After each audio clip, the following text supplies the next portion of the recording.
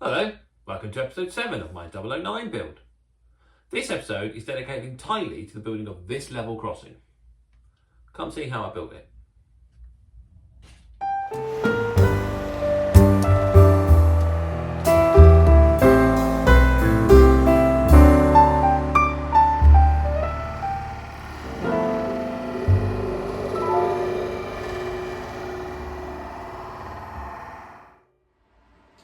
So today's project is the level crossing.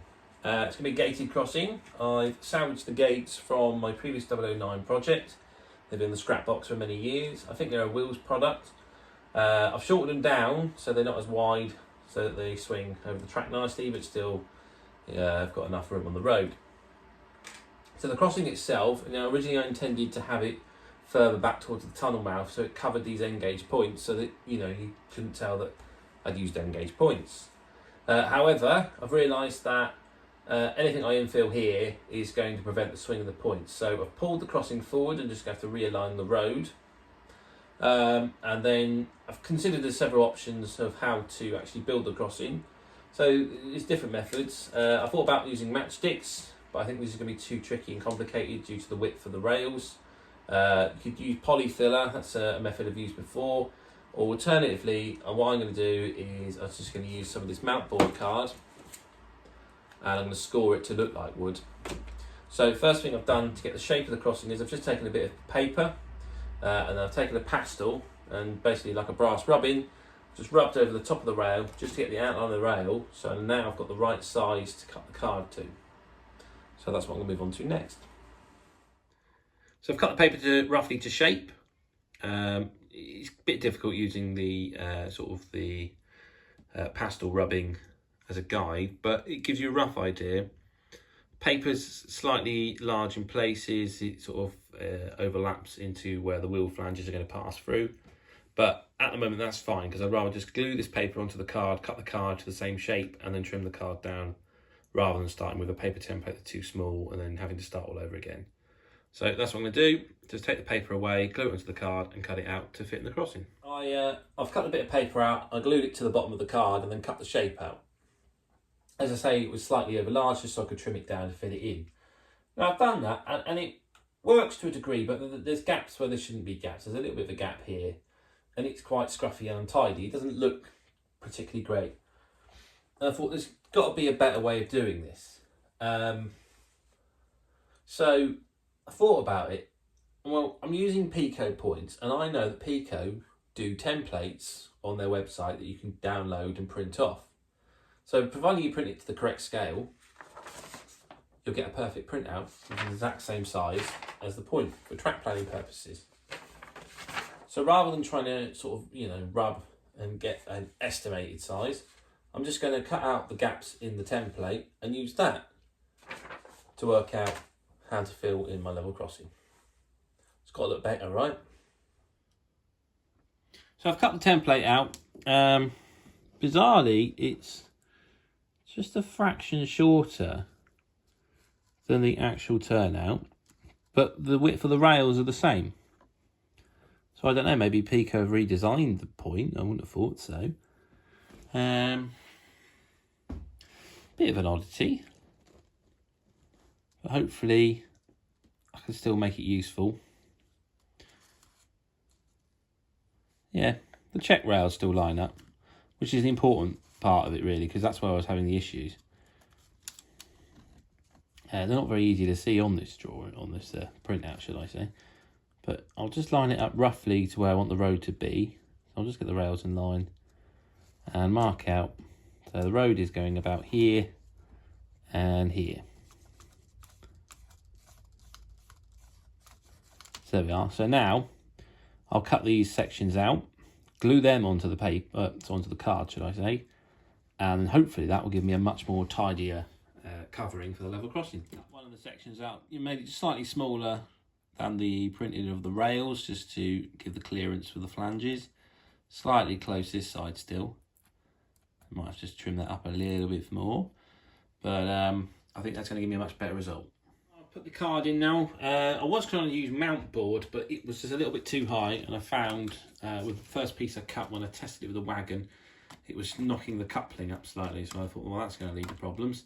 So I've just used some very thin card, and I've done just got some scrap card underneath just to double it up in size, just so it's about the right height. So if we take this Austin here, you see, obviously it's not going to get caught there, but runs nicely over the rails and the infills in the middle there. And then more importantly is to make sure that the rolling stock passes over without any issue, which I don't have any problems there. I suspect we'll have here because this bit of card is sticking up in the air. No, that's all right too. So yeah, that's in place. And now I need to make it look like wood. So I'm going to score this card and then paint it up. So you can see here I've marked out the wood in pencil where it's going to go, and then I'm just going to score it using an old compass. Just put the pressure into the card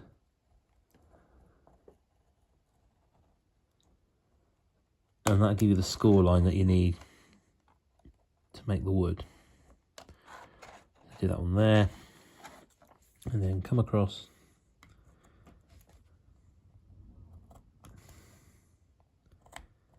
it's as simple as that, really. So there's a bit of movement here.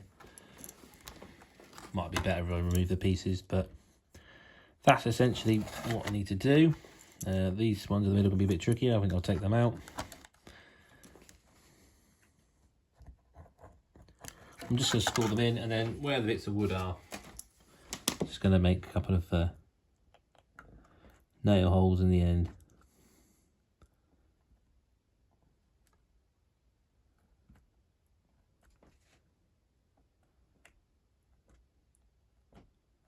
Like so,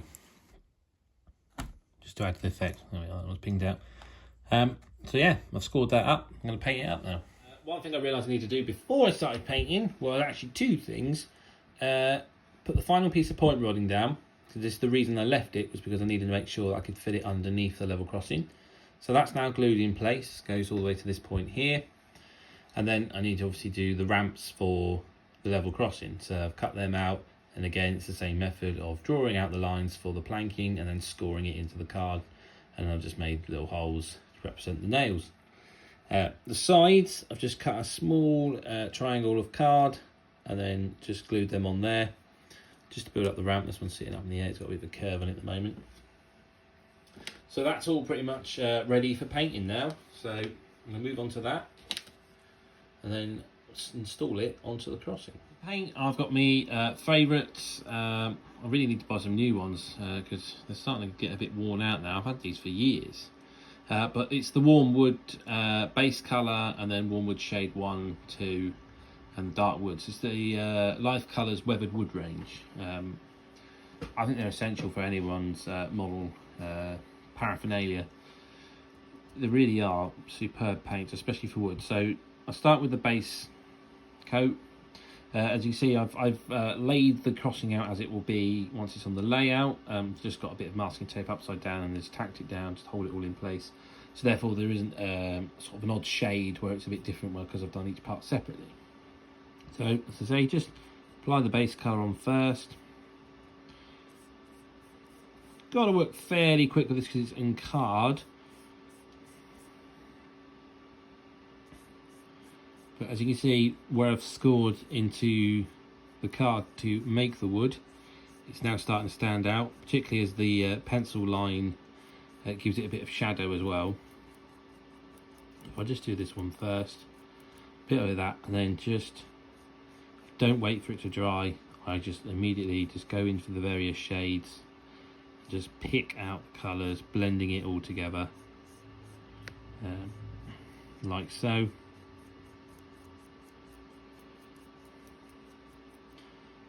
Use the darker wood sort of more around the middle where the traffic's going to be heavier, so it's going to be a lot more weathered.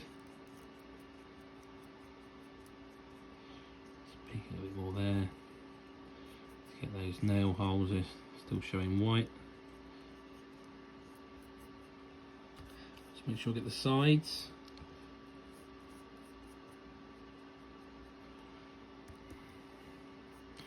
and just move on to the next one. So yeah, I really do recommend these paints. They're absolutely superb. I have bought other life colour stuff that sometimes isn't as great. There's a weathered wood range. I think they're called these ones weathered wood, but there's two. There's like a white shades, and I thought it'd be great. I thought it'd be as good as this, but the colours are so very similar and subtle. I find little use for them really. I don't find them as good as these paints. Occasionally I'll use maybe the grey or the brown, just to add a bit of varying tone of using the light shade, because you only get 2 light shades in this set. So you'll get the base colour and then a light shade number 1. So they're quite useful for adding to that, but otherwise I don't find those paints particularly as good as these. So as I say, you've just got to work nice and quick, particularly as this is card. If it's plastic, you've got a little bit more work time. It doesn't help I've got the heater on next to me, so that's going to make this dry even more rapidly than it normally would. As I say, just work nice and quick. Sort of just put the dark shade in the middle. Let me come back to that one just a bit more. Just there, just blend it in a bit. And that's what I like about these. They're, I mean, I think they're designed for airbrush, but they work so well with a paintbrush, these wood ones, and they really are good for blending, as you can see, and you get these subtle tones. They're ideal for weathering wagons as well. If you wanted to, you know, if you're modelling the steam era, you know, the late Big Four or the early BR area, where the private owner coal wagons are having planks replaced just with plain bits of wood. These are great for picking out those planks of wood. Really good effect. I've done it before on other wagons and very pleased with the results. So I say, this is just my usual method. It's the same method that I used on the flooring in the cottage. A bit of trouble there, this one's trying to break away. That's right, because I can pick it up and do either sides.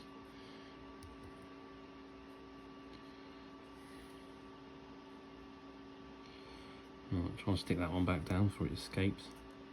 No, that's what happened. Right, just be careful this one. Probably have a very big fingerprint in it now.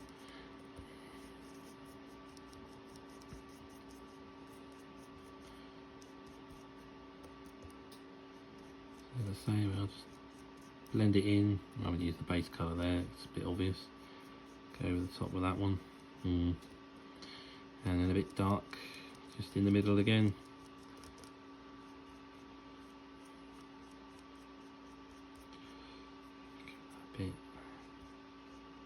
There we are. Now, I've got a flat brush to do this as well. I think that's the best brush for the method.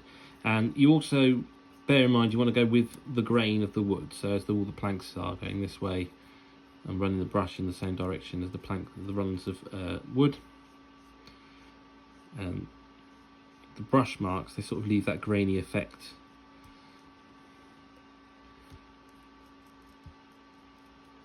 And that is pretty much it really. There we go. I'll just lighten the sides. This one's a bit tricky.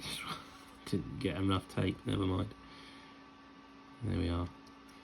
Bit of warm shade number 2. Let's come back to that one, that's a bit weak on the edges there. Just make sure I get the ends. Get those holes there. And there you are. That's it. That'll dry in a couple of minutes, ready to go on the crossing. That's the crossing now installed. I've glued the gates down. They're a little bit wobbly at the moment because I've just used a bit of contact adhesive just to hold them in place. Although they probably will come up again because now I've put them down, I'm thinking they're looking a little bit too clean. So I think they're ripe for some weathering. However, I'm pleased with the result. Had to shift the crossing a little bit when I put it down, so I've got a bit of a mark here. Just need to touch up with a bit of paint, but otherwise I'm very pleased with how that's come out. Now, of course, just need to test the train runs for it.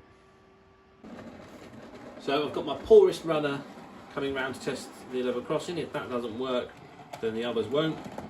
And I can tell you now, it will stop. And that's because I already tested it before filming.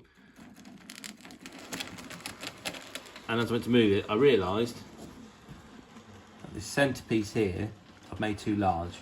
So it's actually stopping the trains passing over the crossing. So that's got to come out and just be slightly modified. And hopefully that should solve any other problems. So I've redone the bit of card to go in the centre there. There should be enough clearance for the wheels. However, this train does still have a habit of stopping on the crossing, but not this time. So you can see it is working nicely. It does stall every now and again when it goes round. Once I took the card off and just let it run, and it will pass over the crossing every now and again and then stop. So I'm not quite sure what the issue is here. Still can't quite work it out. It's a bit of a strange one, this, but I'm sure we'll get there in the end. So there you go, stops. And give it a little nudge. Goes again. Very bizarre. I came back the next day and was pleased to find that the gates had remained upright. However, as so often happens with this layout, there was a problem. So these points are causing me issues again. I'm still having issues with the locos coming this way and stalling here. It's not just the Baldwin that does it now. Scar Lowy's doing it as well. And when I have the points for the goods loop, the train's now just stopped dead. There's no power there whatsoever. I've got to be honest, I'm fed up with them. They're just causing me so many headaches. And it's quite upsetting because I spent all that time on a crossing, but they're coming out. I'm going to put a set of these bad boys in. Goodness knows I'm going to do it, but they got to come out.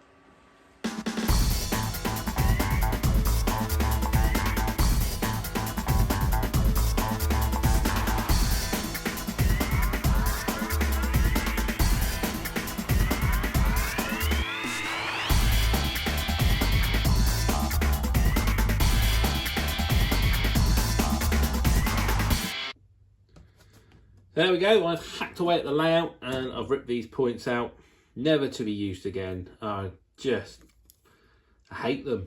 I don't know what it is about these curve points. They're such a useful space-saving piece of track, yet they're just so problematic. I have issues with the 00 gauge ones as well.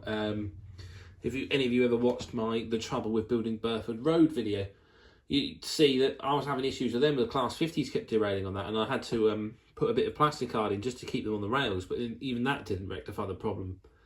So I don't know why, because when I use these on the N-gauge layout, I don't recall having any problems with these. But I don't know, maybe because they've got longer wheelbases. I mean, the Fairley showed no issues going over these points, but there we go. I'm just going to try and avoid ever using them ever again. No doubt I'll use them again. I'm stupid enough to do that. So, replacement points, this spare set I've got here. Now these are ones that I think I had issues with previous, so I'm going to make sure that they fire and swing before I install this. I was quite lucky with the tunnel by the fact that the edge of the tunnel wall is right on the edge of the hole here, so that wasn't too difficult to get the point out. So these will go here, and then set track will go around here. Not set track, streamline. Just have to realign this bit of track here a little bit. Which actually, in a way, makes things slightly better because it means that the loop can be a bit bigger, and it gets around the problem that when I had the guards van sat here at the very end of the loop, the locomotive coming out here would just knock the guards van over. So, you know, blessings in disguise and all that. So I'm going to get on with laying the track back down. So we've replaced the points with the set track 009 points, and I've then used the first radius curve just to replace this piece of track here, and then what I've cut away from the original track just to use to infill the gap here. So I'm going to test the track with the latest addition to the fleet. Renius He won't last as Renius. He's also destined to have his face removed. So as you can see, points work, there's no stuttering. And if I flip them over,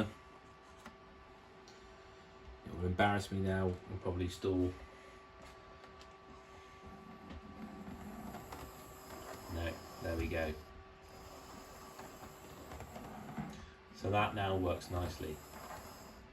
The points, I gave the same treatment I have with the other points. So I've loosened the spring in the point so it's not so sharp, so the point motor should still be able to throw, although I've still got to wire that back in. And then I've just added a little bit of solder just to this side, just to make sure that there's contact, because that tends to be where the problem is for lack of contact when the points throw. So I'm happy with that. Although, bizarrely, I now have another issue with the layout, and I'm not sure where this one's developed. I just moved the camera out, but the passenger loop, the isolating switch, will no longer isolate. So I've flipped the switch, and the power's still going there. How that has happened, I have no idea. Well, I pulled the board out thinking it was some sort of wiring issue, maybe a wire touching or something in regards to the passenger loop not isolating. But I think we can spot the problem there. I've been a bit thick, haven't I? Also need to move an insulation joiner. Right, that track's got to come up again. So I've gone back over the track. Obviously I've rectified the issue with the passenger loop not isolating by putting the insulation rail joiner on the correct rail. I've reinstated the point rodding, just needed a slight adapting, but it's not too bad. And then fortunately the outer edges of the level crossing actually meet the rail profile of the new laid track, which is great. So I don't have to make them again. Just got to do a new infill in the middle. I've not put the crossing gates back on because although I glued them down, they were still a bit wonky and wobbly. So I think I'm going to try and attach just a little bit of wire into the post and then bury them into the ground so that they don't get knocked off so easily. So yeah, next job then is to, once again, do the level crossing. Well, that's the changing of the points now complete. So the 009 set track points have been put in, replacing these curves, which will cause me no other problems. I've obviously tested it. I've got a lot better, much reliable running. I've also, because of the change of the points, I've had to realign the track.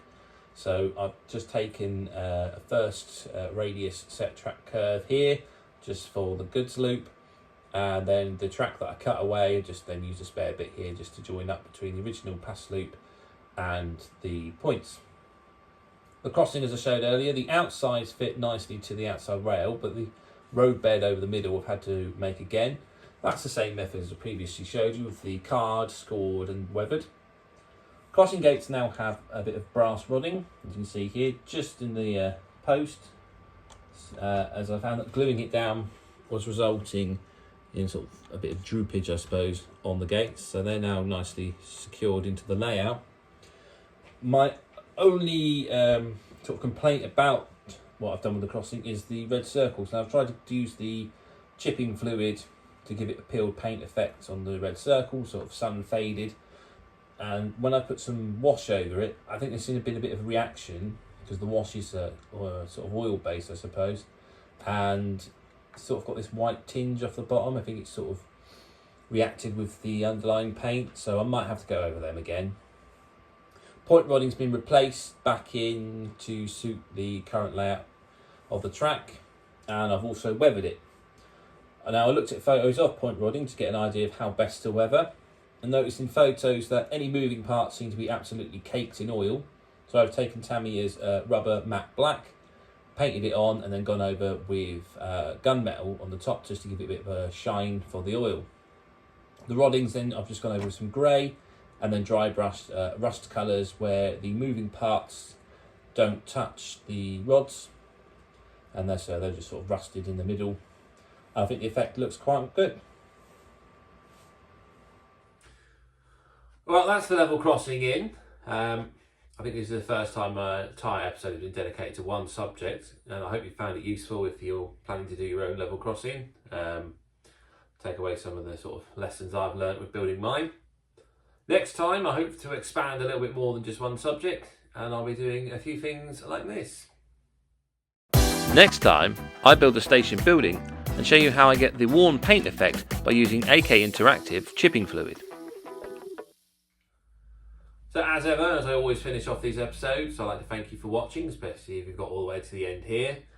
Thank you for subscribing if you have. If you haven't subscribed, if you like the videos, you know what to do, the usual spiel. But yeah, please give us a thumbs up if you've liked it, and hopefully I'll see you next time.